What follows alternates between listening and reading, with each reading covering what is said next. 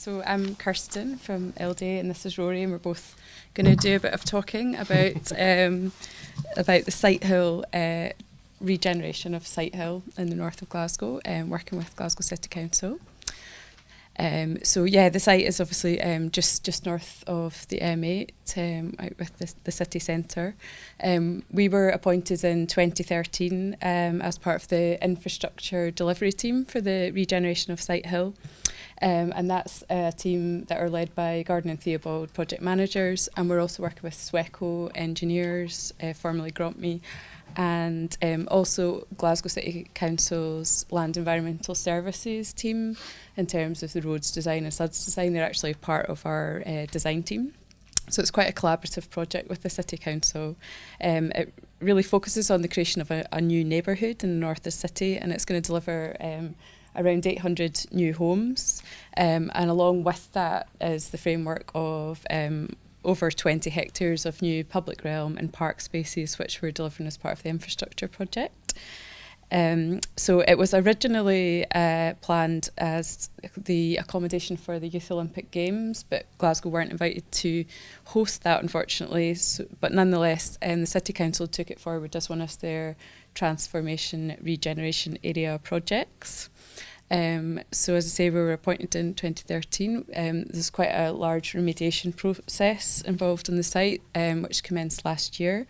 We've now just appointed a contractor, and we'll be starting with the delivery of the proposals in the summer. And the whole thing looks to be complete in 2019.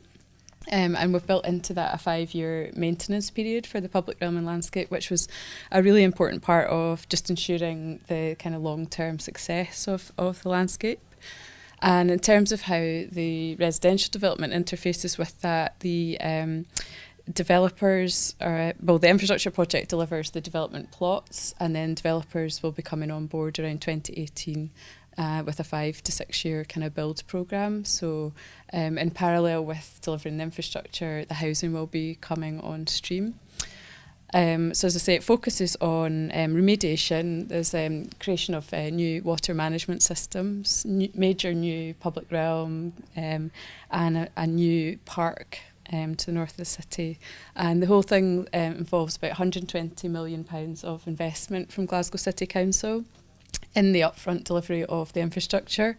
So it's like a great kind of recognition of the value that landscape can bring as a driver for future regeneration, as a catalyst for future investment, and also just really like taking recognition of the importance of landscape in terms of placemaking. So it really is a fantastic project for LDA, and in terms of our kind of overall approach to projects. So I mean, we really like our approach kind of focuses on going back to the fundamentals of what we do as a profession, which land meaning home territory or a place where people belong, and scape meaning to create. So the core of our approach really is about creating places for people to belong. And that really means putting people first. So we recognise that master planning is a social endeavour. It's about creating places for people, and it's not about creating places for buildings. So again, Sighthill was a great opportunity for us to apply our kind of landscape-led approach. And we're really informing the future development by creating this kind of framework of spaces, which are derived from how people are going to ultimately use the space, as well as a kind of narrative about the place. So we focus on life first, and this involves thinking about people in terms of the existing and the future community, and how people are going to ultimately use the space, and also thinking about how we can make places safer, more sociable, and more sustainable for the longer term. We then think about spaces, following on from thinking about people, think about the function, and ways that we can maximise opportunities for social interaction within the space. Creating, informal play spaces and parkettes along some of the key routes, and also integrating the ecological function with the social life of the space in terms of the place. So think about green infrastructure as multifunctional features for recreation, as well as drainage, education and ecology. And lastly, buildings. So really starting with thinking about the space and the people how the people are going to use them. And then the buildings will ultimately be taken forward within the framework that we've set as part of the overall vision for Sighthill. So our first step is always about kind of understanding the place, really getting to grips with the character of and the history of the space as well as its function. So looking at the physical context first, and it's just a very short distance from George Square. It's only a 10-minute walk to the city centre. The site does have issues of contamination, as we touched on. It's bounded by infrastructure, but the main kind of opportunity with it is that proximity to the city centre.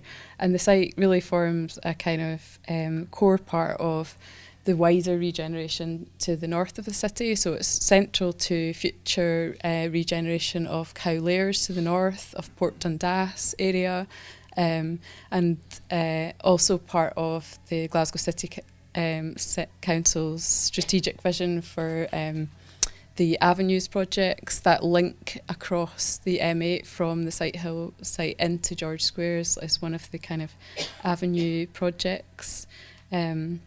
And the bridge link across the M8 is obviously a key part. It's separate to the infrastructure delivery project, but that'll be a key part of facilitating the future development of Sighthill, and that project's happening in parallel with the infrastructure delivery. So in terms of like developing the narrative for the site, as well as understanding the kind of physical context, we really recognise the connection between people, the landscape and the city as being quite fundamental. So our first step in creating the vision for Sighthill was to really understand the history and memories of the space to inform the design narrative. We wanted to build on that in terms of trying to continue the sense of community and belonging as a basis for what really creates the unique sense of place at Sighthill, and look at how those strands of association can be developed to shape the future vision for the site and the narrative. Kind of going back, it goes back to the kind of first life principles. So we looked at physical, cultural and emotional associations, and again how these shape the place. So physical associations were things like geographical and ecological features of the site. So unique aspects like the topography, the aspect, considering the climate, both the existing climate and the future climate change, and also existing flora and fauna on the site, and ways that they could be retained, enhanced, or reinstated within the site in terms of how they influence the existing character. We're also interested in this quote about landscape being the living link between what we were and what we have become. So because we feel it's really quite important that we don't just erase the past, but try and give it contemporary meaning. And the cultural associations of the site kind of tell the story of the people. There's a sort of written history identified through maps and through the industry. And these included things like the existing parkland, the memorial landscape of the cemetery, the former industrial uses, and the former infrastructure on the site, such as the railway and the canal. And another strand to that were kind of emotional associations, which were based around people's memories of the site, a sort of personal lived in history, which again form quite a key part of the site's existing identity. So we started to kind of map these associations and look at how these could inform and be reimagined in the contemporary design. We had features such as Jack's Mountain, which was a former fly tip, the Stinky Ocean, which is this sulphurously smelling chemical effluent, which was associated with some of the industrial uses of the site, but a lot of the local people still reference that as that's what they identify with in terms of when they think of Sighthill as a place. And also the Cuddies, which is the local name for the standing stones on the site. So we were working with all of these features to try and give them a sort of contemporary meaning in the new framework design, all the while recognising that while reflecting the past, there's got to be place for new memories and associations to be created. So that would really be achieved through creating habitable neighbourhood spaces and attractions which sort of encourage community interaction and new associations and memories to be formed. So that kind of forms the basis of the kind of narrative for the design, which shaped into the landscape framework. So as I say, we're delivering over 20 hectares of public realm, plazas, major gateway kind of entrance spaces, and a major new parkland, which is the section to the north. And this really sets the framework for the residential development, which is obviously the white blocks within. So everything in green, effectively, we are delivering as part of the infrastructure project, and the development plots will be filled with new residential development. So then the next layer, if you like, in developing the framework was to look at the character areas. And we've kind of focused on two kind of distinct characters, if you like. One which was very much informed by the existing site and kind of flora and characters of the kind of drumlin landscape that is integral to the site. So the landscape park was one of the key features, much more naturalistic, arboricultural in terms of its character. And the water features were responding to things like the kind of former curling ponds, etc. And then the garden spine, which is a much more structured and ordered formal space, which was about a connection to the city. And again, that's much more contrasts with the natural parkland in that it's much more horticultural and kind of structured space. So they're the kind of two key components of the character areas. Just to give you a quick overview of the plan, the main space to the north is the Haw. This was very much a kind of community-focused space. It houses a new location of the church, which has been relocated within the master plan. There's also community growing and allotment space, and focuses on a new kind of entrance into development from the north. So as a composition, we were kind of treating this as a new kind of village green, if you like, which links to the GHA development. In this, the sort of historic curling ponds were sort of reimagined, if you like, as within the SUDS features as a set of interconnected SUDS ponds, which deal with the drainage within the site. And the Haw also encompasses informal space for kind of kickabout and play, and an informal woodland edge as a kind of buffer to the railway. And that includes, again, these maximising opportunities for kind of social interaction with different forms of play.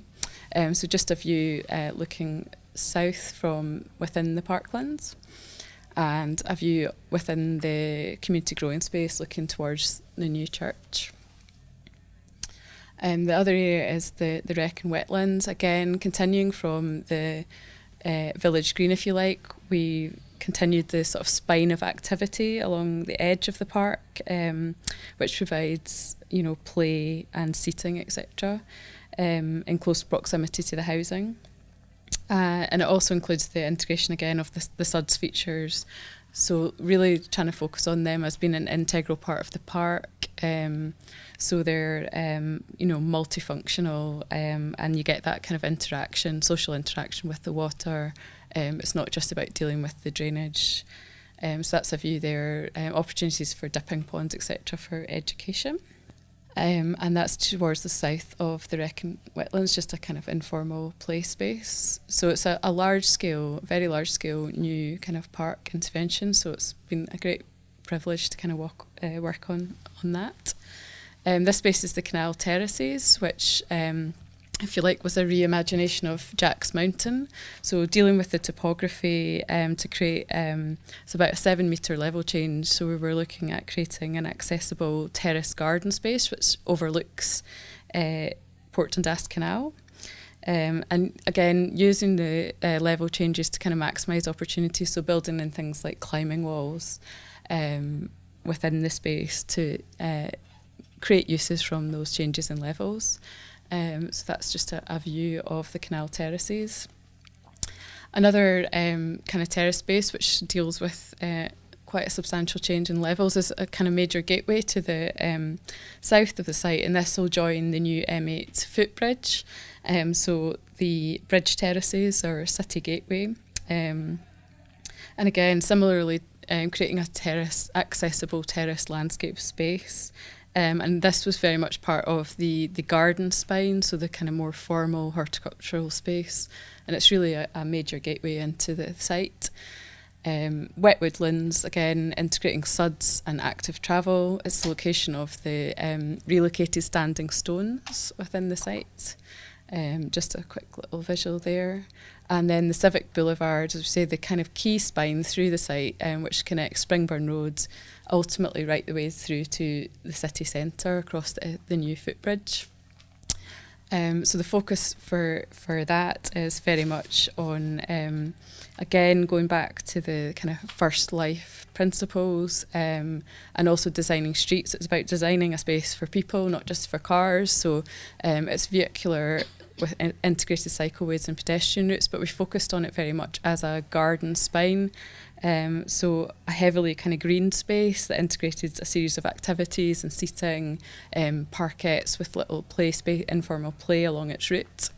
And that continues over into Civic Boulevard West, which is a pedestrian-focused space, which continues that kind of language. And again, maximising opportunities for play and social interaction along that route.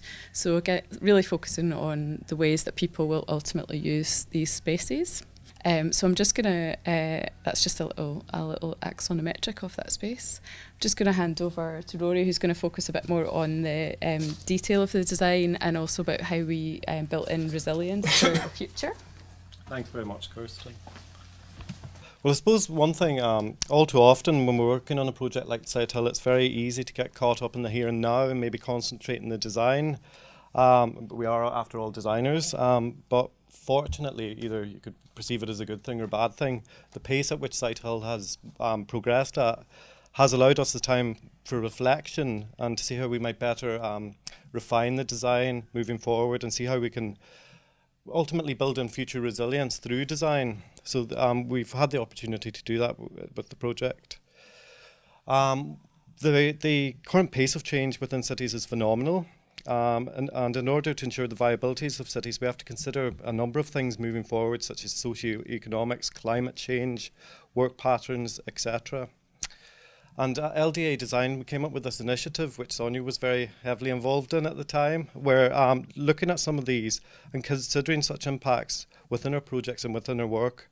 And Sighthill formed a testbed of a lot of this thinking, and we've used this as an analysis tool in effect. So one of the things that came out of the Futures project was this list of drivers for change. It's a matrix, it's almost like an aide-memoire that helps us to maybe review projects moving forwards, to see, as we said, how we might actually better improve projects and build for existing communities, but also communities in the future, looking at things like energy trends, climate change, modes of transport, active travel routes, etc.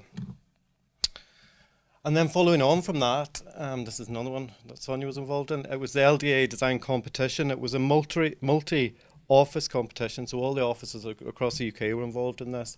And it was really used as a tool to see how the future's thinking might inform our design for future communities, as we've already said, and how we can plan and deliver projects perhaps in a different way, a more appropriate way moving forward. So the competition, there was 9 entries across the board, at least one from every office. 45 people were involved in pulling together the competitions, and it was really interdisciplinary too, so all the kind of key strands of our business collaborated together in pulling together the competition entries from landscape architecture to urban design and planning. And then following on from the Futures competition, we felt that, okay, all these drivers for change, great, really good to consider these in projects, how they might impact future design and things like that, but it was a bit overwhelming in effect, like dealing on the negatives such as climate change and these things that sort of we didn't necessarily have ultimate control on. So we decided to come up with this game, which is called the Wheel of Futures, which was a more sort of, I suppose, tangible and friendly way to sort of deal with some of these issues that we had identified. And the idea was it encourages players to share their personal experiences and aspirations, explore barriers that they currently face within projects and maybe bringing on board some of this future thinking, and then work collectively to generate novel ideas of how to overcome some of these problems that they might experience. The board game also has allowed us to maybe bring these ideas and this thinking to different audiences. So we've started to use it as a tool to maybe use in community groups and present to clients, so we can better understand their needs and then ultimately better design for the future and at the pace of change moving forward. We're going to just touch upon some of the key drivers for change which impacted Sighthill, predominantly the tree planting in the water landscape, shall we say. So we'll all be aware of the challenges impacting the successful establishment of new tree planting in projects and indeed existing planting. Diseases such as ash dieback, sudden oak decline and Dutch elm disease, which we're actually dealing with on a project in Aberdeen at the moment, which is a bit challenging, shall we say, with big mature trees. This, coupled with climate change and other issues, really requires us to think about biodiversity when we're looking at planting now in order to build in that bioresilience moving forward, and it is something we've really considered in Sighthill. I think we're planting over 1,500 specimen trees and then ultimately 9 hectares of new tree planting in Sighthill. And of that tree planting, there's probably about, I think, 80 different varieties of trees going in. So it'll be an interesting trip to the Von Ahrens or Hilliers in the future for somebody to tag all those. And then, of course, we have to deal with climate change moving forward. So apparently, Glasgow's mean temperature is going to increase by 2.8 degrees by 50-50.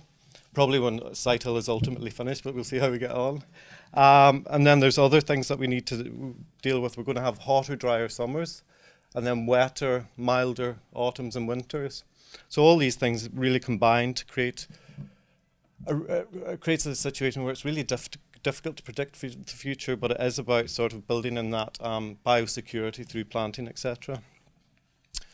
So tree retention on site, as Kirstin mentioned, remediation is a key component of the site. So where possible, and I wish it had been a bit more possible, we've tried to retain as many trees on site. And what we've also tried to do, we've worked really closely with SWECO in developing a series of ways and means of reprofiling the ground around trees out with the root zone in order that we can lessen the impact of those existing trees. But we've also attempted to increase the biodiversity across the site, particularly with regard to tree planting, where the species are quite limited at the moment. So there's great opportunity to go in there now and sort of like not look at it just as a standalone sort of like moment in time, but sort of try and build in that sort of woodland cover and biosecurity for the future. And then tree selection, of course, Kirstin mentioned the civic spine, and the idea there is to create this sort of grand boulevard up on Sighthill.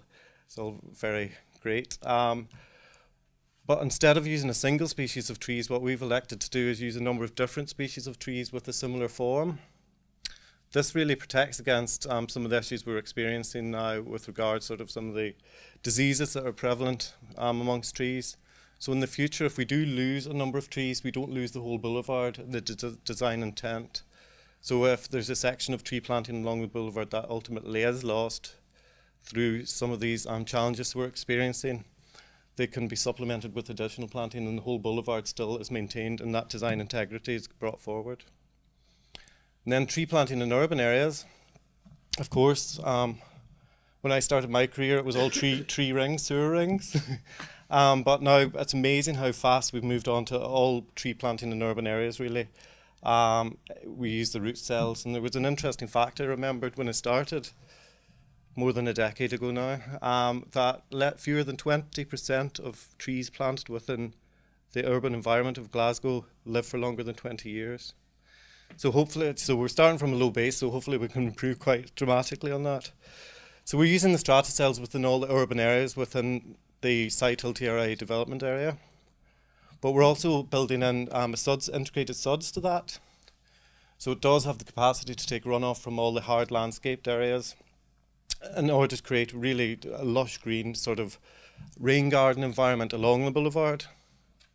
And then ultimately that water is detained within the cells for an amount of time. It does get a degree of treatment before actually moving on into the overall SUD system across Sighthill. And then with areas within the main body of the park, in effect, water falls from the sky, filtrates into the ground where it's soft, and then in areas of hard landscaping, again, the water is directed towards the SUD system. And then when it is sunny in Sighthill, and we do, no doubt, when we plant the trees, we'll have the biggest drought ever up there. And the idea is that the water retained within the SUD system can be actually used as part of a sustainable irrigation system across the site. So really thinking about how we can combine things and have that duality of purpose. So the SUDs aren't a standalone element, an engineered solution, but they are integral to the landscape.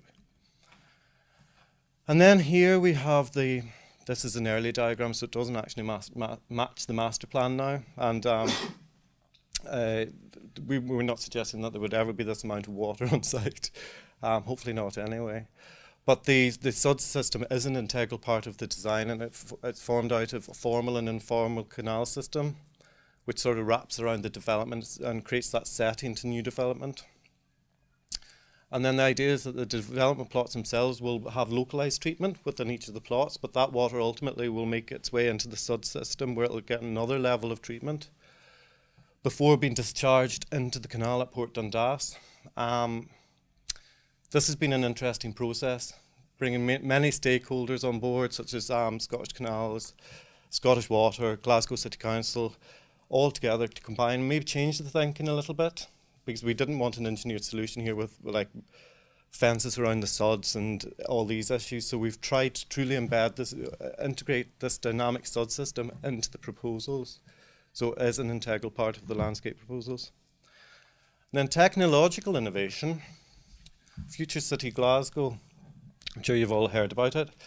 The idea behind this is that Glasgow City Council are trying to pull together all the data that's available out there and also use new technologies in effect to sort of see how we can better plan for the future and create environments for people to live in primarily, and better environments at that. So the idea is that this data can be used to improve, sort of like monitor, improve traffic flows throughout the city, improve safety, actively promote different modes of transport across the system, so having integrated thinking between sort of public transport, cycling and walking. And then, of course, the intelligent street lighting system that hopefully will be rolled out across the city in the future. It's a dynamic lighting system that can actually detect movement, so the lights dim and the opposite of dim when it has people set off the sensors, etc. So Sighthill is going to be a testbed for that intelligent lighting system. But one of the little small things that we've done in Sighthill is created ducts for the standard lighting, the feature lighting, everything like that. But we've also included 2 spare ducts across the site within all the streets, just to allow for future development, technological developments, because we don't know where we are at the moment, and these ducts are we think are really important. One, it hopefully will reduce the need to dig up pavements in the future and roads and carriageways, but it also does build in that resilience within the overall network across Sighthill. So ultimately, hopefully, moving forward, we'll have all our ducks in a row in Sighthill, and that's me.